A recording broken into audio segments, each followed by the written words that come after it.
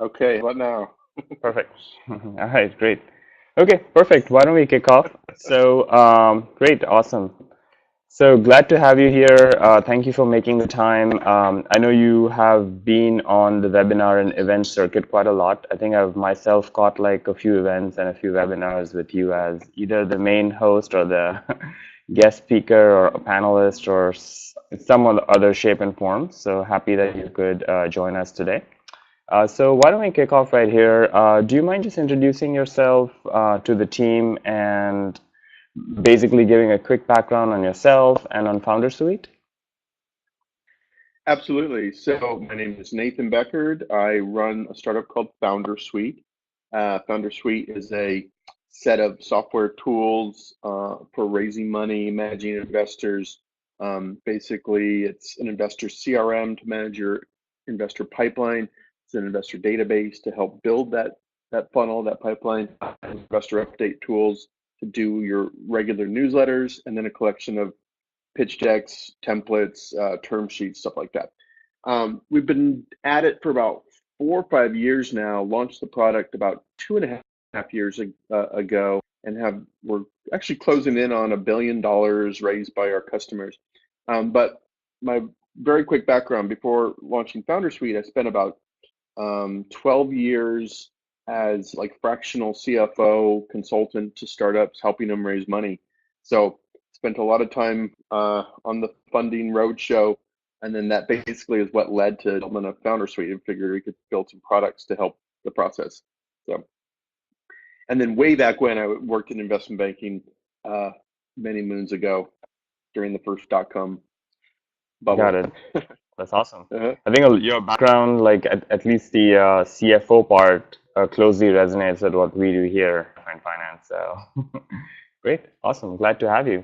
So let's jump right in. I think we have a few minutes for Q&A, like maybe 15 or 20 minutes for Q&A with you. And then obviously I want to give you some time to talk more about FounderSuite with the audience and how they can use FounderSuite to streamline their fundraising process. And then we could open it up for audience Q&A. And even for the audience, if you guys have any questions, during the webinar, please feel free to send us a chat, and we can address them even while we are doing our, initial Q&A portion. Great. So maybe why don't we start with, the webinar is called Hack Your Seed and Fundraising Round. Why don't we start with, a simple high-level overview of the fundraising process, right? Like think of, I think FounderSuite, and I myself use FounderSuite. I think it's pretty versatile. I think you can use it for your angel round, your seed round, your Series A round. So how should founders of, like early rounds, say angel, seed, or Series A? I think Series A is a little bit late stage now, but if angel Yeah, and seed right. rounds, how would founders like, how should they think about the process? How should they think about, how much time should they allocate to it? How many resources should they allocate to it? Like, how should they start thinking about the process? Yeah, those are all really great questions. I'll start with the last part of the question. You said how much time and resources. It is, as any founder who's raised money will tell you, it is so time consuming, so much more time consuming than you expect it's going to be.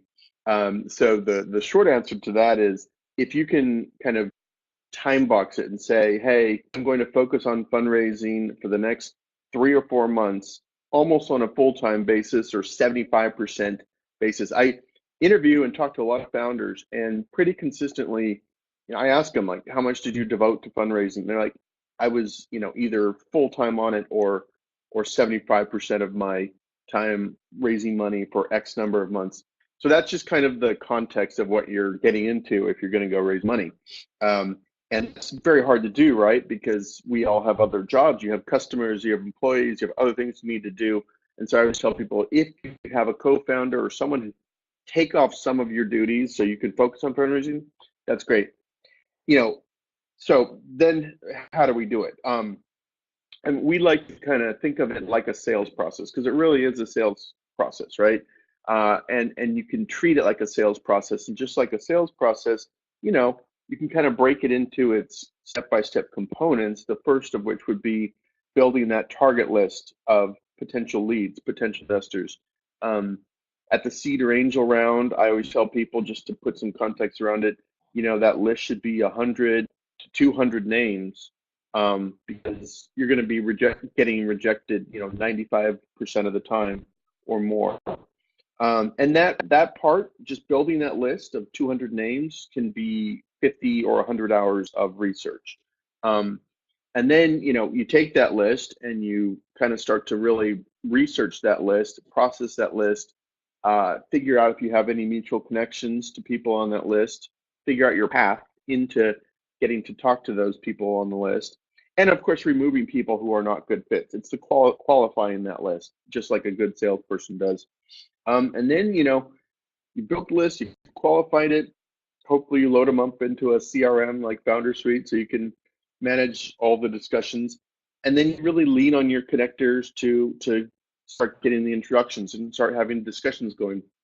And then what we're getting into, and we can go into deeper on any of these, is really running a process where you're trying to build momentum around your deal. You're trying to get investors to march to the beat that you're laying down, so you can move, this funding process along pretty quickly, so you can get back to your business. And of course, those discussions lead to deeper discussions, more pitch meetings, due diligence, term sheets, and ultimately you sell shares and get back to growing your business. There's 4 months or 5 months or 6 months of work in a nutshell, but that's the high level overview. Yeah, that's very helpful. I think that sets the stage for a lot of the questions that you want to ask you now. So great. So why don't we maybe start with qualifying investors, right? So one of the things you mentioned was figure out who's a good fit, who's not a good fit. Maybe if you could help, delve into that a little bit more in terms of what founders can do themselves, how can they think about strategic versus financial investors, and even talk about how can FounderSuite help with that process? Yeah, I mean, the first, you almost think about qualifying in a couple different ways. Like the first is, I typically think of market and stage, right? So find investors that invest in your particular market, your fintech, your blockchain, your cannabis, whatever it is. First, identify people who play in your space, and then, identify people who play at the stage you're at, right? Are you talking to angels, seed VCs, Series A VCs, later stage growth VCs, right? Find folks who play at the angel or seed stage, if that's the round you're at. And then, right, once you've identified those people, they do blockchain, seed stage. Then it's removing anyone who's invested in a competitor. That should be pretty obvious. They typically won't do a deal with you, and you shouldn't even really engage with them. There are some risks to that.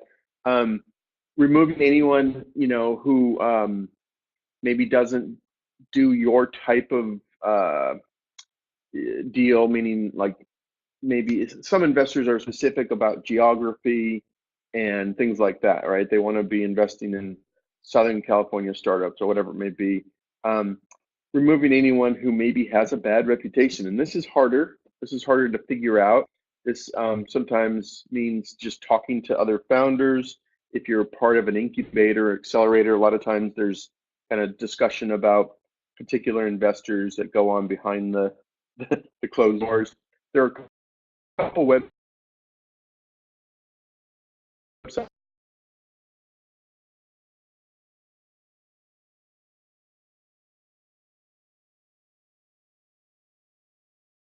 out there. I was poking around on today called Know Your VC. People leaving reviews on, right? Trying to find ones that you have some sort of connection to. So those are a couple of the criteria that are used. And again, this takes a lot of time. Like I said, 50 to 100 hours of research is not uncommon to spend. But what you end up with is this really focused list of qualified targets. And if you do that, sometimes that list shrinks from 200 to 100 or 50, but even that's a good list if it's a really high qualified list, right? And the people who have that list, it speeds up your fundraising if you're talking to the right people, right? So this qualification stage is actually a very important part of the process. Got it. And I think there was some minor disconnection over here. So I think some people have asked they missed the names of the sites that you mentioned. So we will put it in the chat window before the end of the chat. Okay, great. Yeah. Okay, perfect. And could you maybe talk a little bit about the the investor materials, like the pitch deck, the model, like how should founders start thinking about preparing for those and evolving those materials over the course of the investment process? Yeah. And please just stop me if the audio uh, gets bad. Is it coming across okay? Yeah, it's great Okay. right now. I think it just froze Um, for a few so the seconds. materials, so this also is pretty time consuming, and I always tell people if you're planning to raise money, for example, right after Labor Day, that's pretty common. There's kind of a fundraising season, after Labor Day, holidays. You need to start working on your pitch deck now or even a month ago. Um, really refining the pitch deck, and there are lots of resources out there of like what to include in the pitch deck. So we won't go into all that right here, but building this pitch deck and spending cycles with people, advisors, mentors about your own pitch. So you want to go through a couple cycles of practice pitching. Other founders, of course, are good for that too. And then I usually say, this is probably very relevant for what you guys do, but a really budget model showing what you are going to spend the money on, right? If you're asking me as an angel investor for $1 million, I want to know down to the penny, or not really the penny, but I want to know down to, pretty Hey specific how Nathan, you're going to do you spend mind that money over the double next checking your 12 months, connection 18 and making sure months. you are on the right Wi-Fi network and whatnot? I think we're getting a lot of comments here that your video is freezing, and it's also a little bit for me. So if you don't mind just double checking your connection.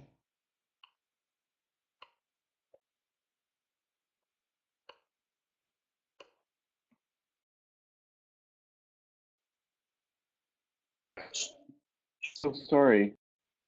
If I turn off the video, is that any better?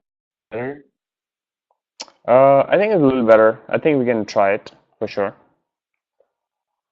I'm so sorry.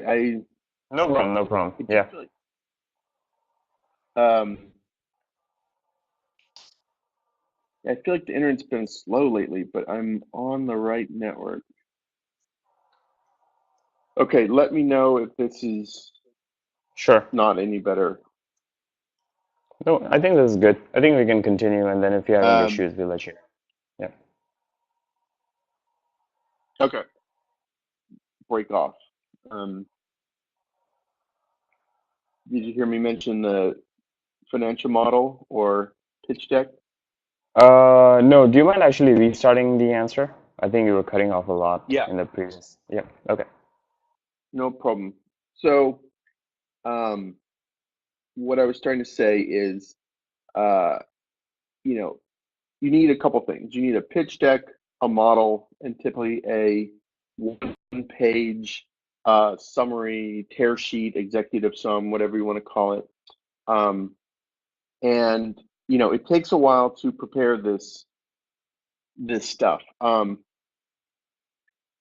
Okay, yeah. So uh, it takes a while to prepare this stuff, and so like a lot of founders, as I think Karen's asking, I mentioned a minute ago, there's kind of a fundraising season that happens, right after Labor Day up through the holidays, um, and all that really means is a lot of investors go on vacation for the month of August or much of August, and then they come back, right after Labor Day and do a bunch of deals from say Labor Day through Christmas, right?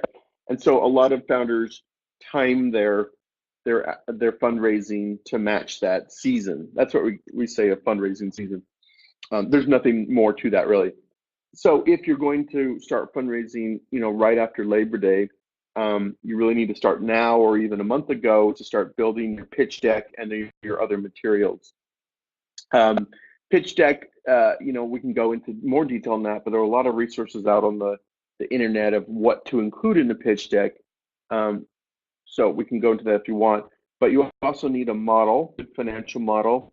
As I was mentioning, if you're asking me as an investor for $1 million, I want to know you have a very clear plan of how you're going to spend that money over the next 12, 18 months and where it's going to get your company. So show me a good forecast, a good model, and then usually a one-pager executive summary, teaser piece is what you should have. And those three things cover most of the bases when fundraising. How's Got it. audio? And what are some of the common materials that you have seen being asked by to founders during the due diligence process? Because I've seen like the Oh yeah. three, like the one pager, the pitch deck, and the model in the initial stages, but it does seem like at the during the due diligence process, the asks are pretty random, right? Like depending on your company, if you're a SaaS company, you'll be asked for SaaS metrics and whatnot. But what are some of the common things that founders can maybe prepare for or have in hand to essentially just give to investors? Yeah, that's a great question. Due diligence is another thing you should try and prepare for in advance of fundraising because you don't want it to slow you down if you have an investor, pretty hot to trot. You don't want to be slowing down by not having your due diligence materials ready. The list of what you might be asked for is very, very long. Like when we raised our seed round for FounderSuite, we did a priced round with a New York-based seed venture capital firm, and I still remember this. I got the term sheet on a Friday, and I was so excited. And then Monday they sent me the due diligence list, and it was like 150 items of things they wanted to see. Everything from articles of incorporation to market sizing to access to our Google Analytics, the list is extensive. I mean, there's everything about your business that someone, putting money into might want to understand. Your churn rate, your customer, growth rate, your obviously your revenue details, stuff like that. The list is huge. Even personal, I had to submit some personal reference checks from people I had worked with in the past.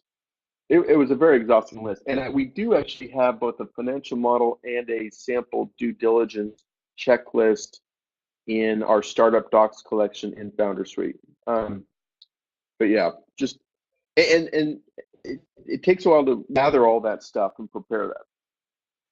Got it. Okay. Yeah, I think the most, that's the extreme end that I've heard of for a small deal, for a seed round. I can imagine like detailed lists for large, like Series C, Series D raises or M&A deals, but that's very interesting and very insightful. Um, Okay, all right. And then, we had a question earlier, it always comes up in fundraising webinars, is what are some alternate sources of capital? Like, how can you, when you are going out and raising money from traditional VCs, who else should you be targeting? Like, should you be looking at lenders? Should we be looking at, venture debt providers? Because I think those are, at least in Silicon Valley, those are a little less common than your traditional VCs. Yeah, this is a really interesting question. I'm going to give kind of a broad strokes answer. At the early stages, uh, I would, I would. So part of the answer depends on what stage your company's at. At the earliest stages, obviously, you're looking at friends and family, seed VCs. Probably crowdfunding is something you should at least look at, and particularly if you have a product or service that has kind of a built-in fan base or audience, then crowdfunding is interesting. Um, Getting into the alternative investors, you have like family offices. Family offices are usually a very wealthy, family that has a money manager that is sort of managing that money, and they sometimes invest in startups. Um, so those are pretty one, most of it. You might look at strategic investors. You mentioned this earlier. Strategic investors mean, if you're in software as a service space, maybe Salesforce Ventures is someone you should talk to, or if you're in fintech, some of the banking and financial firms have investment arms. Um, and then of course there's the new stuff like token sales, initial coin offerings and stuff, which I won't even get into too much here, but those could be relevant if you're in the blockchain space. As you get a little bit further beyond really early stage, you can look at some of the other kind of the debt side of the coin, and I would start by looking at like revenue-based financing. There are a couple. Is the audio still okay? I just want to make sure. Um, Yeah, for me it's good okay. and no complaints so far, so I think we're good. Okay. So once you have, monthly recurring revenue of say 15 to 20,000 per month, there are some folks out there, especially like in the software as a service space, that will do revenue-based financing. It's kind of like a loan. They're giving you 200K, 500K, and you're paying that back straight out of revenue. There's a couple firms out there like Lighter Capital do that.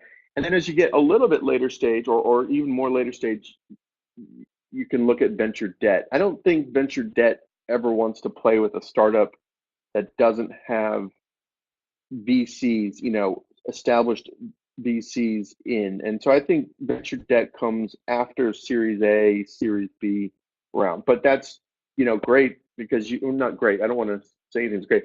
But venture debt, you're obviously not giving up additional equity. It's a loan, which you repay. So you can reduce dilution a little bit if you've got the cash flow to pay that off. Got it. Okay, great. The only other thing I would add, which I forgot, is for some categories, you should also look at government grants. If you're in bio, defense, some different kind of healthcare related avenues, there are a lot of SBIR and other government grants that you could look at. Got it.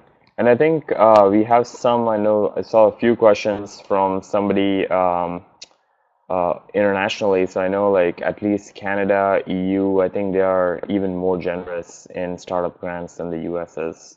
So that's definitely an option. Yep. Okay, great. Okay.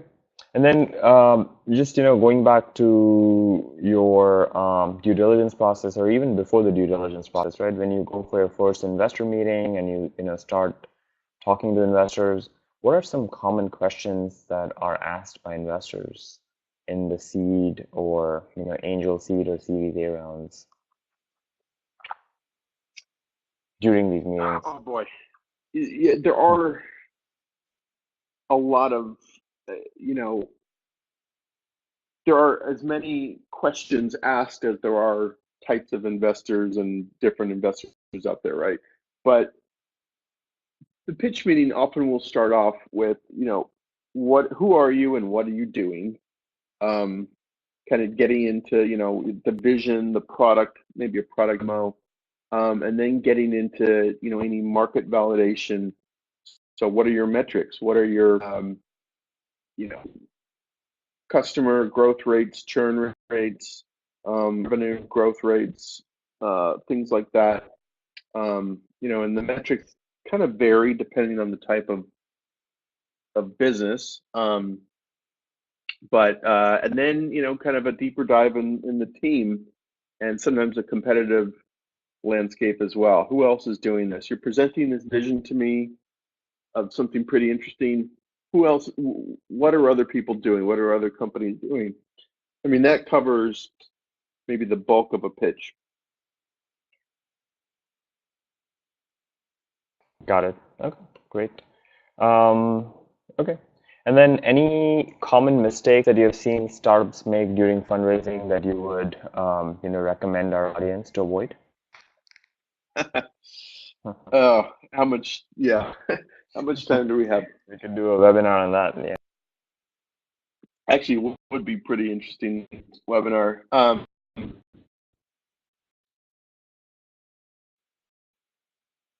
Common mistake. Like at a high I level, would right? Like bad maybe pitch. not Yeah. reaching out to, have you seen like people not reaching out to enough investors or taking the first check they get? And those are some of the things that would come to mind. Um, Yes. So underestimating investors, you need to. That's kind of what you just mentioned there. That's very common. I talk to founders who go pitch 15 investors and they don't have a term sheet and they get frustrated and give up too quickly. It takes a tremendous amount of perseverance. And as I kind of mentioned, it's kind of a numbers game. You've got to talk to a lot of investors to find the right ones that are interested in your deal. Investors have a lot of options. They see a lot of startups. There are tens of thousands of startups out there all trying to raise money.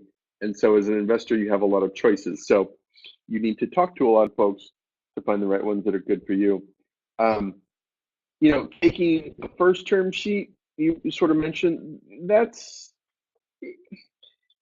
yes, that is a mistake people make. I mean, if you've got a good deal, you obviously want to find the best investors for your deal and not settle. Um, it's almost impossible to get investors off your cap table once you have them on there. So, you need to think of it like a marriage, like a long-term partnership, and choose wisely. I think it would be better to have no investors and bootstrap it than to have bad investors who are going to make your life miserable, right? And they can make your life miserable, especially if they have a board seat or control the board. Um, founders get fired. It happens. Um, Other mistakes, I would say, I started to mention this, going out fundraising with a bad pitch. I kind of like our FounderSuite customers, and I do some pitch reviews, tune-ups with a lot of them. And I had to say that maybe about 50% of the pitches I see are really not great. They're bad. And you don't get to go make a second attempt with an investor. You don't get a redo. You don't get a do-over with investors. So just spend the time it takes to get your pitch really honed and tight. Um, and then last but not least, another mistake is not doing the qualifying piece, right? Just going and talking to every investor. You can spend a lot of time, waste a lot of time talking to the wrong investors because a lot of investors will take a meeting. They want to know what's going on. But if they don't have money to put to work, if they don't do your type of deals, you're wasting your time. So. Got it. Okay, great. So down to last few questions. I know we have some audience questions too, so I want to get those in as well. So how should our audience think about international and foreign investors? Should they treat them any differently? Is there a specific, methodology to reach out to them? Or is it, would you just recommend going international on an as needed basis? Like if there's an investor overseas that really knows your space well, or a good strategic investor, then it makes sense. Otherwise, don't bother. How would you recommend people to think about foreign investors? Yeah, that's a really interesting question because, of course, foreign investors are as diverse as, as anything. So there's no one size fit answer. But I have noticed, I think many many investors I've met and talked to, or founders I've met and talked to, who are in, Sweden or Germany or London, there's more of a less of a risk appetite, less of an appetite for risk, and more of a desire to see, financials, kind of proven numbers. Where I'd say in Silicon Valley and also to a certain extent in, Austin and Los Angeles, um, you can raise money, not always, but you can raise money on a big vision and a product and a team. Whereas, I guess there's a little bit investors in other countries sometimes are more conservative and they want to see more financial proof points. It's one thing to consider. Um, you know, I've known startups that go chase, for example, um, oil oil money, Arab investors or Dubai investors, and I don't really know who's successfully, got gotten a sheik or Arabian prince on their cap table, but so I can't really comment on that. Um, and I think kind of the flip side of the coin, if you're in Sweden or France, I do know startups that will set up like a part-time office in Silicon Valley and put the CEO there, put someone there with the specific intent of trying to raise money from Silicon Valley. There's kind of like a satellite. Maybe the engineering and R&D is still based in Europe or wherever. They put a CFO or CEO in the United States to try and raise money here. I don't know if that was useful or not, but Okay, helpful. Great. actually, And sure. one more quick question about that, because I think it's in the little Q&A here. It does seem like um, foreign investors or even investors outside of Silicon Valley are much more valuation sensitive, right? They're always much more sensitive on that, so that's just a factor you have to contend with. Yeah. Got it. Okay, great. And then why don't we maybe move on to actually before we move on to the audience questions, do you have any other tips to for founders to hack their fundraising process, make it more efficient, or anything else you want to close out the first session with? Not really. I was doing a pitch review with one of our customers yesterday, and the feedback I gave these guys, I think, is pretty universally applicable. But I was saying, you got to make this pitch. You got to be memorable. You got to be bold and be confident in this pitch. Some of their slides are like, oh, we might go after this market, or we might go after it. It was kind of wishy-washy, and as an Hey Nathan, I think you're cutting off a little bit on the audio again. investor, pivot. Yep. Is the audio bad again? Yeah, it's cutting off again. It wasn't, it was good so far. So just this question. Uh,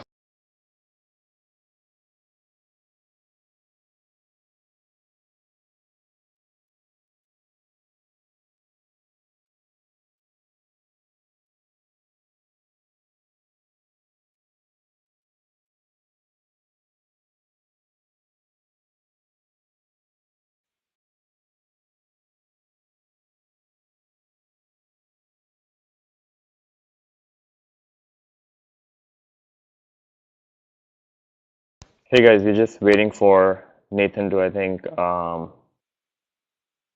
restart. Hi. Am I Hey back? Nate. Yep, perfect. Now it's much better. Great. So I think you were talking I, about the pitch that you asking, the audience essentially to be bold in their pitch and you know, be assertive? Be assertive, be confident, even if you aren't totally sure about certain things yourself. You have to present a pretty confident plan and vision, and just know that things will change, and that's understood. Um, but the other part of it, sorry, now there's a siren. I walked outside to go closer to the router, and of course there's a fire truck going by. Um, the other thing I was saying is just be memorable. These guys, the pitch didn't have much sizzle to it. I told them, you guys have to get some sizzle in this pitch. And the reason that's important is, investors are getting introduced to startups all day long. They're meeting with startups all day long. There's just a lot of noise coming in at them as investors, right? And so you've got to stand out as something, at the end of that week when the investors met with 30 other startups, who are they going to remember? Are they going to remember you? Did you have a memorable pitch? So I think that's something that's pretty important. Yeah. Great. So I think we have a few audience questions here, so I can maybe jump right in. I know you talked about the startup season. Maybe if you could give some insights on what sort of specific metrics are investors looking for. I think we have a question from Wei. Obviously it depends, but any input, maybe you could talk about, common startup metrics like SaaS or, marketplaces or something like that. And essentially, what is exciting to investors and what is not so exciting to investors. Yeah, the metrics is hard because every market segment is a little bit different. Um, I do this podcast called How I Raised It, and I always ask founders, what were you pitching? What were your metrics? And it's just all across the board. With SaaS, it's a little bit more defined. A lot of SaaS investors want to see 10 to 20K MRR, monthly recurring revenue, at the seed stage. And then to raise Series A, it keeps going up and up and up. It's like 100K a month on up. It's one guy I talked to the other day said the Series A expectations are even more now, like 300K a month. So that number just keeps moving up and up. So those are some SaaS metrics. The other things, of course, are growth rate, right? How fast are you growing? I mean, if you made it to 20K in monthly revenue, but it took you 5 years to get there, maybe isn't so interesting as, a startup that's doubling revenue every 3 months. And then, I guess the other key things I would really focus on are like proof points that what you're doing is having an impact, right? So what are your customer, um, usage, activation, retention rates look like? If those are pointing towards a really sticky product that people are passionate about, and you have a big vision to take this, broader, that can be pretty exciting. So that's where you get into usage, time spent on your app, retention, all that good stuff. Got it. Okay, great. We talked a little bit about international investors. In FounderSuite, do you guys, I know you have a lot of resources for founders within FounderSuite. One of the questions we have from Karen is, do you have a financial model in FounderSuite? But maybe you could talk about that and a few of the other resources that you guys make available. Yeah. We do have a startup docs collection that has financial model, sample pitch deck, some sample term sheets. I don't know if you heard me mention, but there's a due diligence checklist in there. Um, some other interesting kind of models, like financial models, like actually one of my favorite is a dilution scenario analyzer. So it shows if you raise, a couple different rounds, what that does to your ownership in the company. And I think that's kind of fun to play with because, couple rounds after a couple rounds, you might have 5% of the company. I mean, that's uh, your equity gets whittled down pretty quickly, of course, over a couple rounds. Um, yeah, but quite a few different things in there. Also, some like hiring, NDAs, intellectual property assignment contract. Got it. Okay, great. Okay, and then maybe I think we talked a lot about like angel rounds and how they are changing. Could you maybe give some insights on like how should founders think about term sheets? Like if you get a term sheet, obviously there are books and books on it, so we can't cover everything here. But how do we think about essentially good terms or founder friendly terms versus bad terms or investor friendly terms?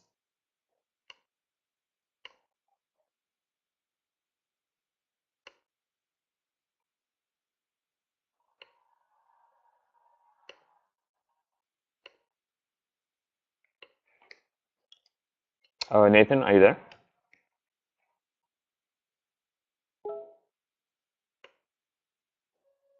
Okay, think we might have lost him again due to a bad connection issue. Okay, all right. I'm going to take this opportunity to maybe just give a brief intro on Affine Finance. I know we are running up against time here. We had a 11:15 stop. So just as a brief intro, and just one second, I'm trying to load the file here.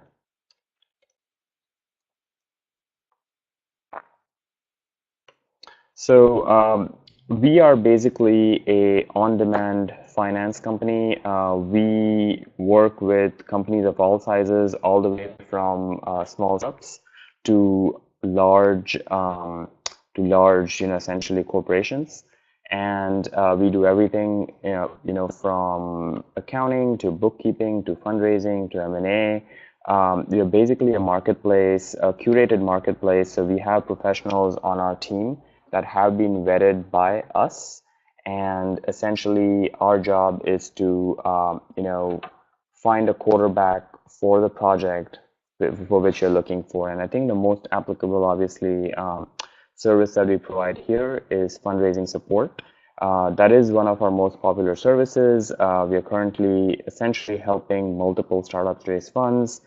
We do have some criteria for fundraising, but to essentially take on fundraising clients. But if you are looking for a round, if you do need support, please feel free to reach out to us.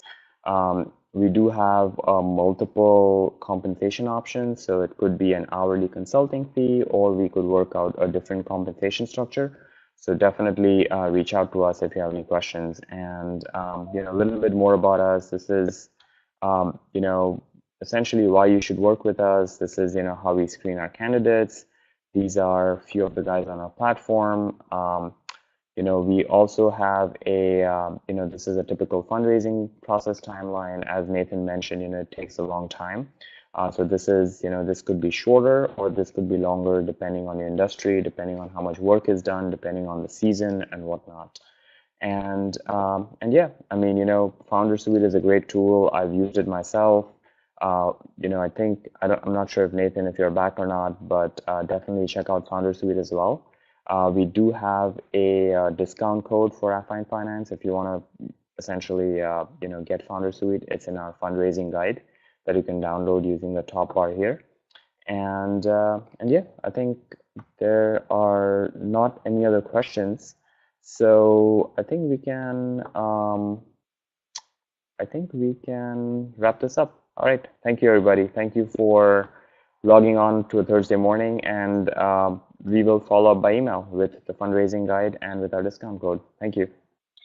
Yeah, guys, thanks for having me. Oh, Sorry, I was Nathan, you're back. No worries. I was just wrapping up here. I'll just say, what you guys are providing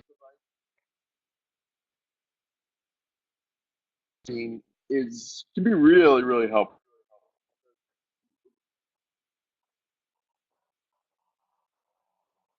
But I think, Nathan, you're cutting off again. I heard a little bit, but I didn't. But I got the gist of what you were saying, and appreciate that. Obviously, I think you were doing what we are doing right now. I think that was your prior life before FounderSuite. So you have experience in that as well. So definitely appreciate that, and it's very good to have you here.